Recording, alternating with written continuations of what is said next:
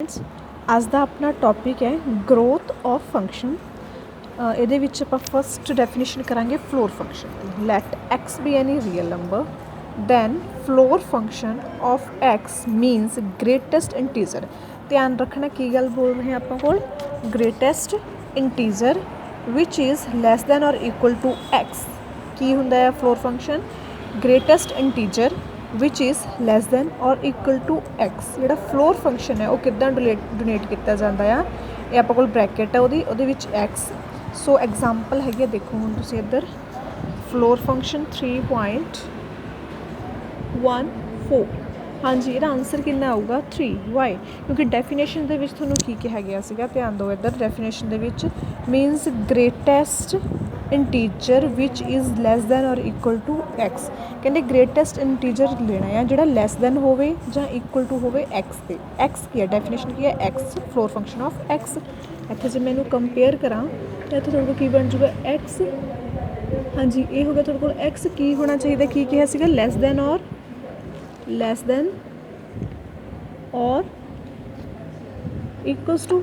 ਇਹੀ ਡੈਫੀਨੇਸ਼ਨ ਸੀਗੀ ਨਾ, less than or equals to x. So x ਕੌਣ ਆਪਾਂ ਕੋਲ 3.14, ਇੰਟੀਜਰ ਲੈਸ ਦੈਨ ਕੌਣ ਹੋਊਗਾ 3। ਐਕਸ ਤੋਂ ਲੈਸ ਦੈਨ 3.14 ਤੋਂ ਛੋਟਾ ਕਿਹੜਾ ਆਪਾਂ ਕੋਲ ਟਰਮ ਆਊਗੀ 3। ਸੋ ਆਪਾਂ ਕੋਲ ਇਹਦਾ ਆਨਸਰ ਕੀ ਹੈਗਾ floor function of 3.14 is 3। So ਆਪਾਂ ਇੱਕ ਹੋਰ ਐਗਜ਼ਾਮਪਲ ਲੈਂਦੇ ਹਾਂ, under root floor function of under root 5। ਹਾਂਜੀ, ਅੰਡਰ ਰੂਟ 5 ਕਿੰਨਾ ਹੁੰਦਾ ਤੁਹਾਡੇ ਕੋਲ 2.5। ਡੈਫੀਨੇਸ਼ਨ ਕੀ ਹੈ ਫਲੋਰ ਫੰਕਸ਼ਨ ਦੀ, less than or equals to x, floor function of x. So 2.5 ਦਾ ਇੰਟੀਜਰ ਕੀ ਹੋਊਗਾ 2। So answer is 2।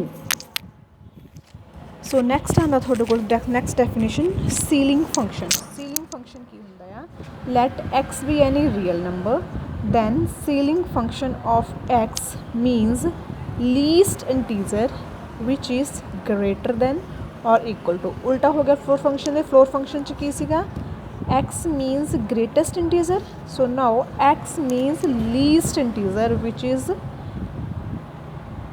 greater than or equals to x। ਉਹਦੇ ਵਿੱਚ ਕੀ ਸੀਗਾ less than or equal to x, ਇਹਦੇ ਵਿੱਚ ਕੀ ਹੈ greater than or equal to x। Definition ਉਲਟੀ ਹੋ ਗਈ, ਬ੍ਰੈਕਟ ਚੇਂਜ ਹੋ ਗਈ।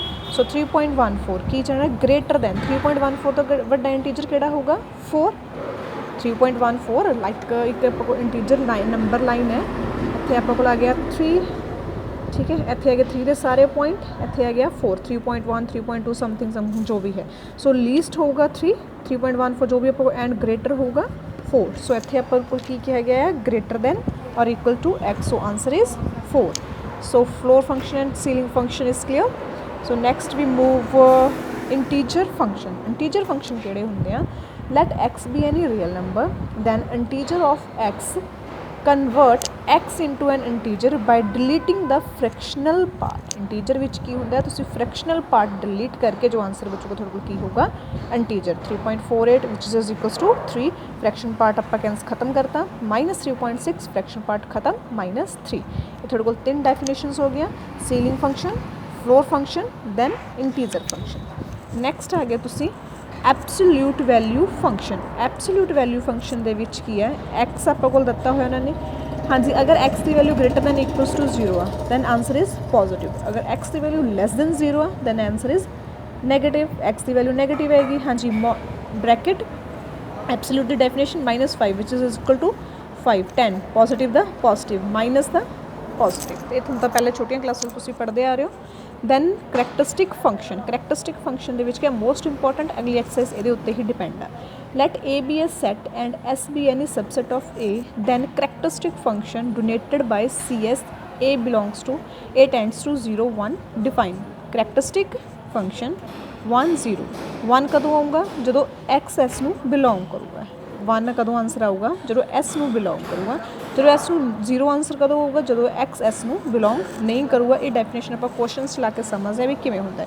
ਜਿਵੇਂ ਫਸਟ ਕੁਐਸਚਨ ਆ ਤੁਹਾਡੇ ਕੋਲ, if a is equals to a, b, c set ਆ ਤੁਹਾਡੇ ਕੋਲ, ਦੈਨ s ਤੁਹਾਡੇ ਕੋਲ ਹੈਗਾ ਆ a ਐਂਡ b, ਫਾਈਂਡ ਕਰੋ ਕਰੈਕਟਰਿਸਟਿਕ ਫੰਕਸ਼ਨ cs। ਹੁਣ ਤੁਸੀਂ ਉਹਨੂੰ ਕਰੋਗੇ, ਇੱਧਰ ਦੇਖੋ